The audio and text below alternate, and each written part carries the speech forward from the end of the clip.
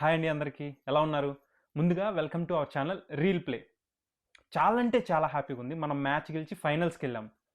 కానీ సరిగ్గా 2 రోజుల ముందు ఇంగ్లాండ్ ప్లేయర్ శామ్ కరన్ ఒక మాట అన్నారు.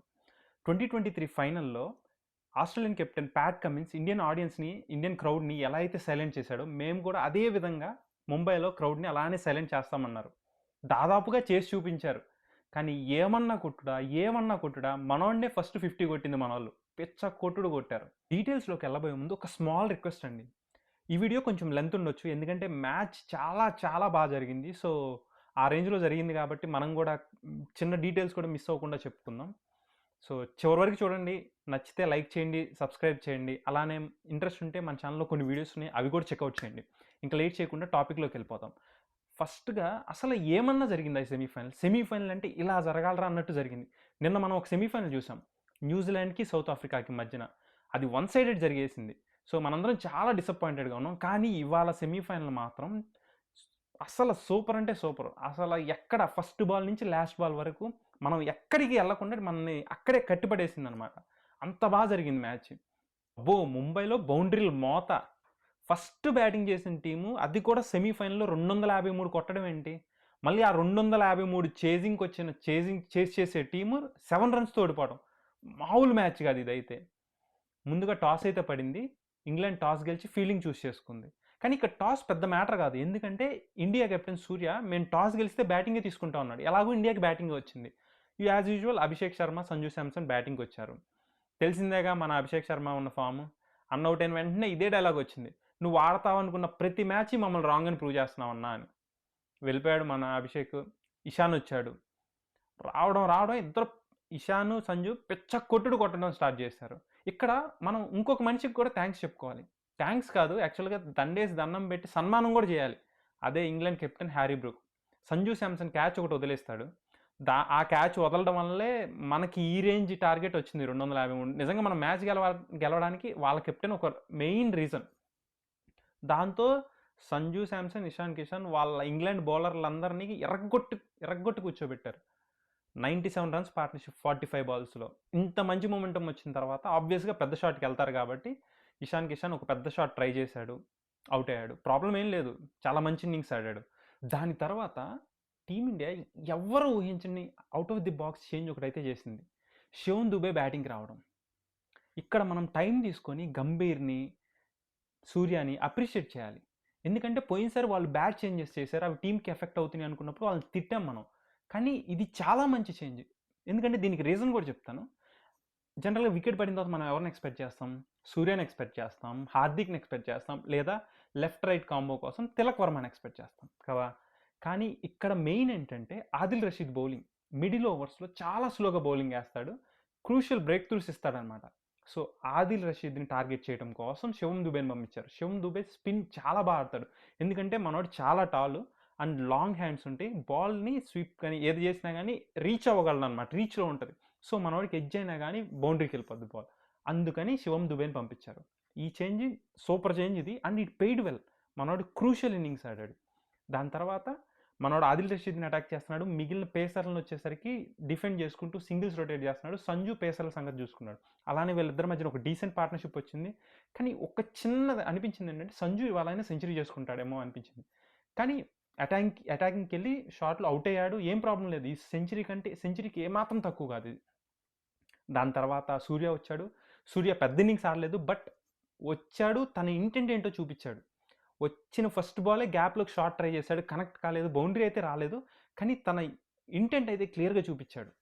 అరే మనం చిన్నగా ఆడదామని ఎక్కడా అనుకోలేదు, ఇంటెంట్ చూపించాడు, అవుట్ అయిపోయాడు. అవుట్ అయిన తర్వాత హార్దిక్ వచ్చాడనమాట. కానీ ఇక్కడ ఇంకొక ఇంట్రెస్టింగ్ చెప్పాలి, ఎందుకంటే ఇది ఓన్లీ లైవ్ చూసిన వాళ్ళకి అర్థమైంది. ఇప్పుడు వినే వాళ్ళకి ఎగ్జాక్ట్గా సేమ్ ఫీలింగ్ వస్తో లేదో నేను చెప్పలేను. కానీ ఎందుకంటే సూర్య అవుట్ అయిన తర్వాత ఇంగ్లాండ్ ఫ్యాన్ ఒకళ్ళు ఆడియన్స్లోంచి ఇలా రియాక్షన్ ఇచ్చారనమాట. అంటే ఇప్పుడు అరవండి అన్నట్టు. కానీ ఎగ్జాక్ట్గా నెక్స్ట్ బాలే హార్దిక్ పాండ్యా తన మార్క్ షాట్ ఆడతాడు, స్వాగ్ చూపిస్తూ యాటిట్యూడ్ చూపిస్తూ ఆడతాడు కదా, no look shot, upper cut ఆడాడు. అబ్బా, అసలు ఆ హై అనేది లైవ్లో చూస్తున్న వాళ్ళకే వస్తుందన్నమాట. ఇప్పుడు వింటే నేను చెప్తే ఎగ్జాక్ట్ మీకు రాకపోవచ్చు, కానీ ఆ లైవ్ చూసిన వాళ్ళకే తెలిసిద్ది. మీరు కనుక లైవ్ చూస్తుంటే కమెంట్ చేయండి. దాని తర్వాత ఇంకొక మూమెంట్ కూడా అండి ఇలాంటిదే. శివం దుబే ఒకప్పుడు ప్రతి బాల్ సిక్స్కి వెళ్ళేవాడు, కానీ ఇప్పుడు టఫ్ బాల్స్ ఆపుతున్నాడు, లూజ్ బాల్ కొడుతున్నాడు అనమాట. సేమ్ ఇవాళ కూడా సిక్స్ కొట్టిన తర్వాత ధోనిని చూపించారు స్క్రీన్ మీద.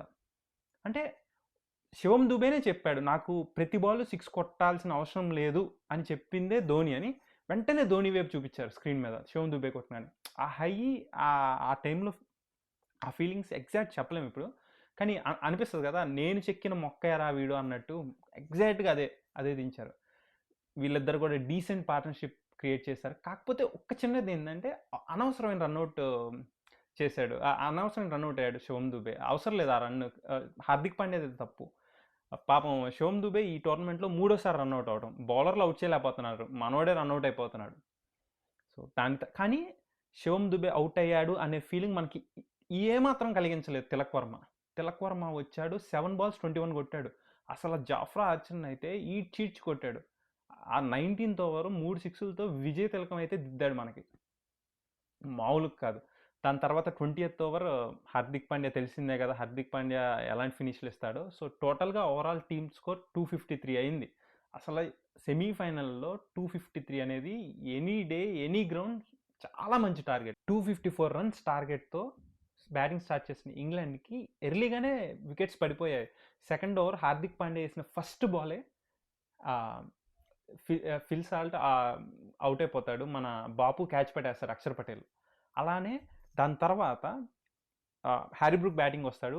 బుమ్రా వేసిన ఫస్ట్ బాల్, బుమ్రా ఇన్నింగ్స్లో వేసిన ఫస్ట్ బాలే హ్యారీ బ్రూక్ క్యాచ్ అవుట్ అయిపోతాడు అనమాట. మళ్ళీ సేమ్ మన బాపునే. ఇదైతే ఇంకా సూపర్ క్యాచ్ ఇది, ఎందుకంటే అక్షర్ పటేల్ 25 meters రివర్స్ పరిగెత్తుకుంటే వెళ్ళి క్యాచ్ పడతాడు. చాలా మంచి క్యాచ్ ఇది.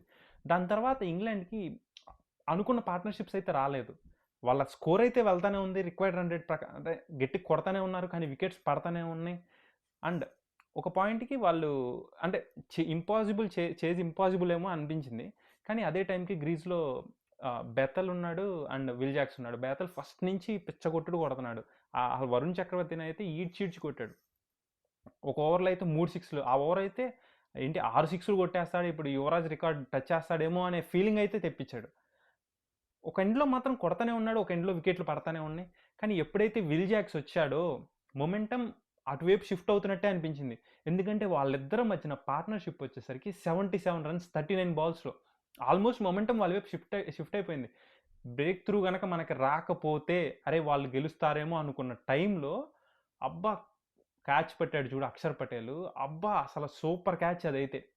అసలు అనిపించింది అప్పుడు, బాపు నువ్వు తోపై, అసలు నిన్ను ఎవడో పక్కన పెట్టింది మ్యాచ్లో, మన సౌత్ ఆఫ్రికా మ్యాచ్లో.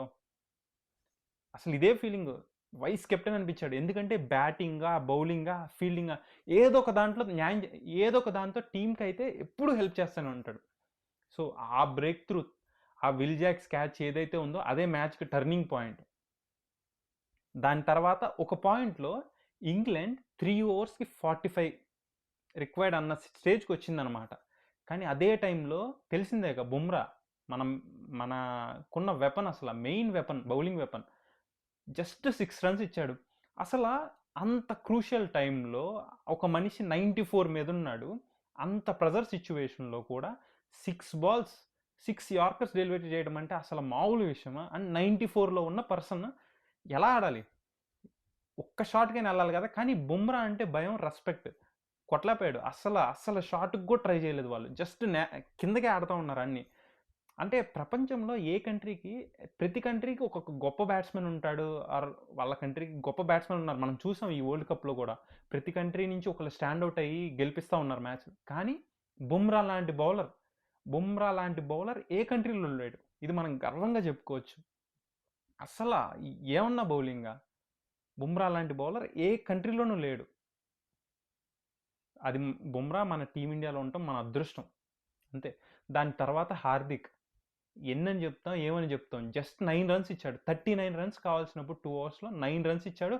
అండ్ మనకు కావాల్సిన బ్రేక్ త్రూ ఇచ్చాడు ఆ ఓవర్. శామ్ కరన్ కొంచెం ఎందుకో సెటిల్ అవుతున్నాడు అనుకున్నాం, వీళ్ళిద్దరూ డేంజర్గా అవుతున్నారు అనుకున్న టైంలో శామ్ కరన్ వికెట్ తీసేసి అవుట్. ఇక్కడ మనం మెచ్చుకోవాల్సిన తిలక్ వర్మన్ కూడా బౌండరీ లైన్ మీద ఏమాత్రం ప్రెషర్ లేకుండా కూల్గా క్యాచ్ పెట్టేశాడు అది. అండ్ ఇక్కడ హార్దిక్ పాండ్యా గురించి స్పెషల్గా మనం ఎందుకు మెన్షన్ చేసుకోవాలంటే, ఇలాంటి క్రూషియల్ స్టేజెస్లో బాల్ హార్దిక్ పాండ్యాకి ఇచ్చిన ప్రతిసారి బెస్ట్ని డెలివర్ చేశాడు.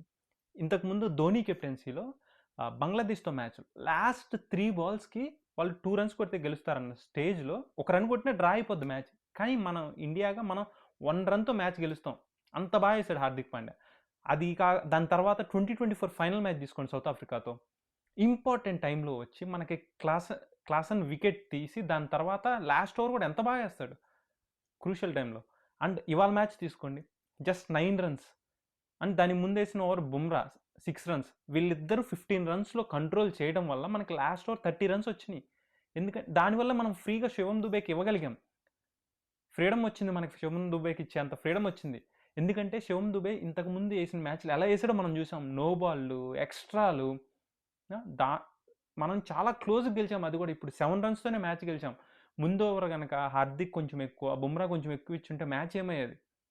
కానీ ఏ మాటకు ఆ మాట, మనమైతే మ్యాచ్ గెలిచాం. కానీ ఇంగ్లాండ్కి కంప్లీట్ క్రెడిట్ ఇవ్వాలి వాళ్ళకి కూడా. అసలు జాకబ్ బెథెల్ ఎలా ఆడాడు, తను ఫస్ట్ వరల్డ్ కప్ ఇది.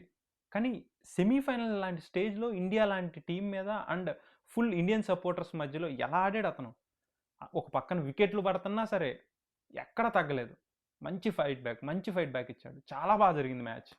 ఇది కదా, ఇలాంటి మ్యాచెస్ కదా కావాల్సింది. సెమీఫైనల్ అంటే ఇది, ఇలా ఉండాలి. నిన్న చూసాం మనం, అది 1 సైడెడ్ మ్యాచ్. సో నాకైతే ఇలా అనిపించింది. అండ్ నాకు అనిపించిన పాయింట్స్ చాలా వరకు కవర్ చేయడానికి ట్రై చేశాను. ఇంకేమన్నా మిస్ అయి ఉంటే మాత్రం కమెంట్లో చెప్పండి. Thanks for watching.